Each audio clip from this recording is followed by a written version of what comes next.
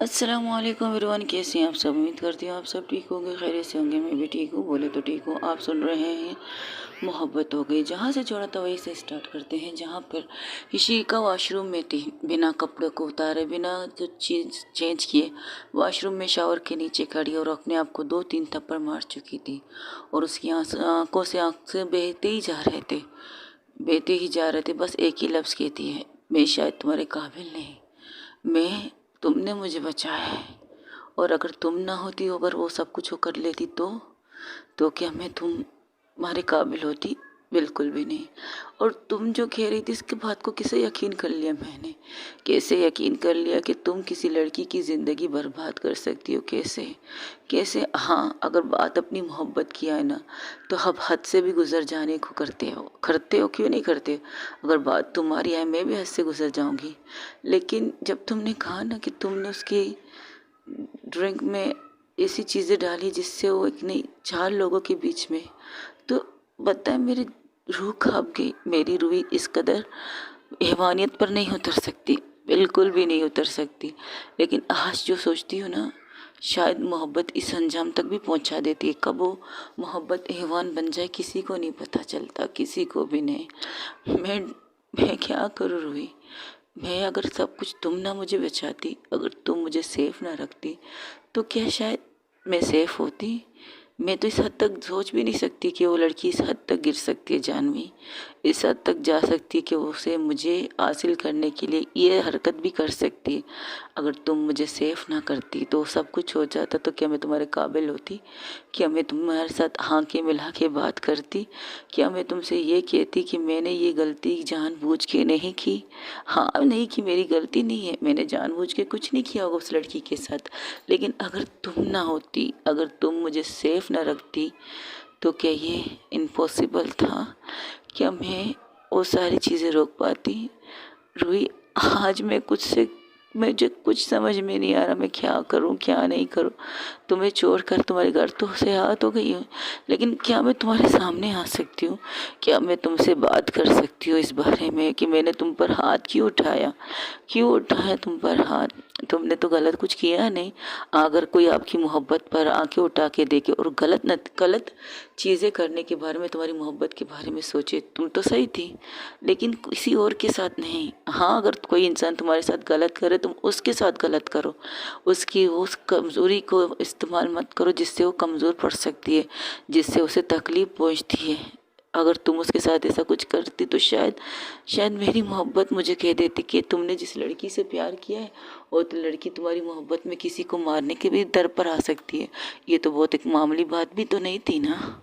मामूली बात नहीं थी किसी लड़की को जानवरों के बीच में छोड़ना, वो भी एक नहीं 5-5 जानवर।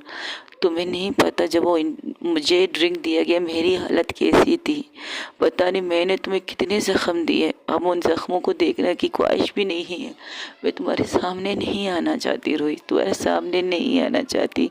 मैं क्या करूँ रोई, मैं क्या करूँ? बेतनाशा प्यार करती हूँ तुमसे, लेकिन अभी जानवी की कंडीशन देखा तो मुझे लगा शायद मैंने तुम्हारी इससे बुरी हालत की होगी। लेकिन तुम खुद को जिस तरह स्ट्रॉन्ग दिखा रही हो ना, तुम हो नहीं। तुम्हारी तकलीफ में तुम्हारी आंखों में देखी, लेकिन जिस तरह तुम मेरे सामने खड़ी हो ना, उससे यही लग रहा है तुम्हें कुछ तकलीफ हुई नहीं। लेकिन मुझे पता है कि कल रात मैंने क्या किया है। थोड़ी थोड़ी चीज़ें मुझे याद आ रही है। मैं इंसानियत के लेवल से उतर कर बहुत ही हैवानियत बनती दिखाई मैंने तुम्हारी जिस्म के साथ। मुझे पता है, मुझे इतना याद है, मैंने एक इंसान को एक लड़की की ज़िंदगी बर्बाद करने की सोची है। वो लड़की कोई और नहीं, मेरी गर्लफ्रेंड है। वो खुद को कैसे संभाल रही होगी, कैसे कैसे उसने रात को मुझे संभाला, कैसे उसने खुद को संभाला, कैसे मैंने उसे ज़ख्म दिए। जिस मेडिसिन के बारे में बात कर रही थी दी, उसका रिसर्च किया था मैंने। हाँ, मैंने पढ़ा उसमें, और उसमें जो पढ़ाई की स्टडी मैंने की, तो मैं तुम्हारे सामने आने के लायक नहीं रही रूही, तुम्हारे सामने नहीं आ पाऊंगी ये सोचते हुए अगर उस वक्त तुम वो इंजेक्शन मुझे पुश कर देती तो तुम सेफ हो जाती, तुम बच जाती इन चीज़ों से। कि हम किसी को इस कदर घटिया सोच के रख सकते हैं, किसी की ज़िंदगी बर्बाद करने के लिए इस हद तक जा सकते हैं। अरे भाई, सामने वाला तुमसे ये कह रहा है मैं तुमसे प्यार नहीं करती, मेरी लाइफ में ऑलरेडी कोई है जिससे मैं बेतनाशा प्यार करती हूँ, मेरी ज़िंदगी है, लेकिन वो सुन नहीं पा रहा। वो बस एक जिद की वजह से मुझे हासिल करना चाहता है, एक जिद पे। अरे भाई, तुम अपनी जिद को अपने पास रखो। जब मैं तुमसे प्यार नहीं करती, मेरी ज़िंदगी मेरे पास है। अपनी जिद के आगे तुम मेरी ज़िंदगी बर्बाद करना चाहती थी। और आयशा आयशा का क्या कसूर? आयशा का ये कसूर है कि वो शिका की दोस्त है, यही कसूर है। अब तो मैं आयशा के सामने भी नज़रें उठा के नहीं देख सकती। यानी कि दोस्ती में उसने अपनी दोस्ती पूरी तरह से निभाई, उसने पूरी तरह से मुझे सेफ रखा उन चीज़ों से। हर ड्रिंक को खुद चेक किया था, पता नहीं उसके भी शायद मन में कुछ था। और मैं खुद को एक टीचर कहती हूँ, एक समझदार टीचर, जो मुझे सब लोग पसंद करते बेस्ट टीचर के तौर पर।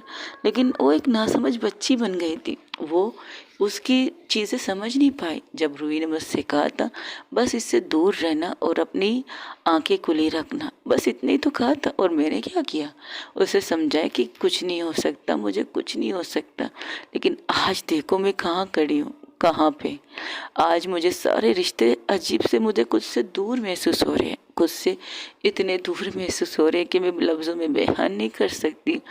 मैं किस तरह से रूही के सामने जाके कहूँगी कि तुम्हें थप्पड़ मारने की गलती तो मैंने की, लेकिन तुमसे आंखें मिला के बात करने की अब मेरी हिम्मत ही नहीं है, हिम्मत नहीं है मेरी। मैं किस तरह तुम्हारे ज़ख्मों पर मरहम रखूँ रूही, किस तरह से तुम्हारे ज़ख्मों को टच करके देखूँ, तुम्हें देख पाऊँगी भी या नहीं। ये इस चीज़ के लिए मैं खुद को सज़ा दूँगी, मैं हाँ खुद को सज़ा दूँगी, तुमसे दूर चली जाऊँगी। इससे क्या होगा, इससे तुम्हें भी तड़प भी ना मिलेगा, मुझे भी मिलेगा। लेकिन मैं उन ज़ख्मों को देखना नहीं चाहती जो मैंने तुम्हारे जिस्म पे दिए। शायद वो ज़ख्म मैंने तुम्हारे रूह पे भी दी है।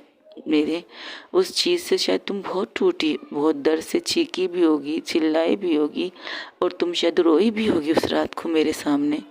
और शायद ये भी कहा होगा, रूही रूही, जहाँ तुमने ये भी कहा होगा, इशिका होश में आओ, मैं तुम्हारी रूही हूँ, तुम्हारी मोहब्बत। शायद मैं उस जानवरपंती में सुन नहीं पाई, इन चीज़ों को नहीं सुन पाई होंगी शायद। हाँ, तुमने खुद को मुझे से बचाने की कोशिश भी की होगी, लेकिन शायद मैंने कुछ हद से ज़्यादा कर लिया होगा। शायद मैं तुम्हारे इस चीज़ के लायक नहीं हूँ। अगर तुम मैं क्या करूँ, मैं क्या करूँ रोई, मैं नहीं आ सकती तुम्हारे सामने, कभी नहीं। मैं आशा से भी आंखें नहीं मिला सकती। और नूर आयशा की मोहब्बत है, और अगर वो उसके साथ ना होती तो कोई और होता, तो क्या नूर उसे माफ़ कर पाती? अगर सोचा जाए तो नहीं। अगर हम जिससे मोहब्बत करते हैं वो हमारे साथ चीट करे, हमारे धोखा दे, हम अपनी मोहब्बत को कभी माफ़ नहीं कर पाते, कभी भी नहीं कर पाते। मैं क्या करूँ रूही, मैं क्या करूँ? मैंने खुद तोड़ की सोची कैसे? मैंने तुम्हारी बात सीरियस ली क्यों नहीं? मैंने क्यों कहा तुम जेलस हो रही हो, तुम इन चीज़ों को सोच रही हो, इससे ज़्यादा कुछ नहीं। एक लड़की इस हद तक नहीं गिर सकती, लेकिन हाँ अब गिर सकती है। पहले हम सोचते थे हमें लड़कों से खतरा है, हम पार्टियों में जाते थे, क्लब में जाते थे, हम हमें ड्रिंक नहीं लेते थे। लेकिन अब हमें लड़कियों से भी खतरा होने लगा है। हम एक ही जनरेट के कह सकते हैं, एक ही चीज लड़की है, वो भी लड़की है, मैं भी लड़की हूँ, उसके पास भी सेम चीज़ें, मेरे पास भी सेम चीज़ें, लेकिन वो किसी को हासिल करने की इस हद तक जा सकती है।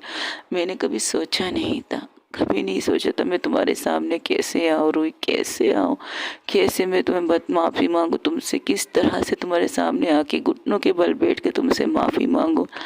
तुम मुझे समझाओगी, तुम कहोगी कि नहीं ये सब कुछ तुम्हारी मर्ज़ी से हुआ है, लेकिन मैं खुद को क्या कहूँ? मैं तो टीचर हूँ ना, एक टीचर जो अपने स्टूडेंट को सही रास्ता दिखाती है, एक टीचर अपने स्टूडेंट को समझाती है ये सही है वो गलत है। और मैं एक लड़की की नज़रिए समझ नहीं पाई, उसने जब मुझसे कहा कि मुझे जितने पैसे चाहिए वो मुझे देगी, बस एक रात के लिए, उसी वक्त अगर मैं उसे जान से मार देती, आयशा की बात ना सुनकर उसे छोड़ कर ना आती, तो इतना सब कुछ आगे नहीं बढ़ता इतना सब कुछ। और रोने लगती है, ओ बेतनाशा रोने लगती है। वो फूट फूट के रोते रोते ज़मीन पर बैठ जाती है। शावर का पानी ठंडा था, अब सर्दी का मौसम चल रहा है, ठंडे पानी के नीचे उसने गीज़र भी ऑन नहीं किया था, उस ठंडे पानी के नीचे वो बैठी थी और वो फूट फूट के रो रही थी, इतना रो रही थी कि पता नहीं कि शायद उस पानी के अंदर खुद को ख़त्म करना चाहती है या उसके जिस्म में जो चीज़ें हो रही हैं उसे ख़त्म करना चाहती थी। एक पल के लिए भी वो शावर को बंद नहीं करती, ना वहाँ से उठती है। तकरीबन आधे घंटे तक वो शावर के नीचे बैठी रहती है। वो उठती नहीं है क्योंकि घर पे तो कोई था नहीं कि उसे आवाज़ दे, उसे बुला सके। घर में कोई नहीं था।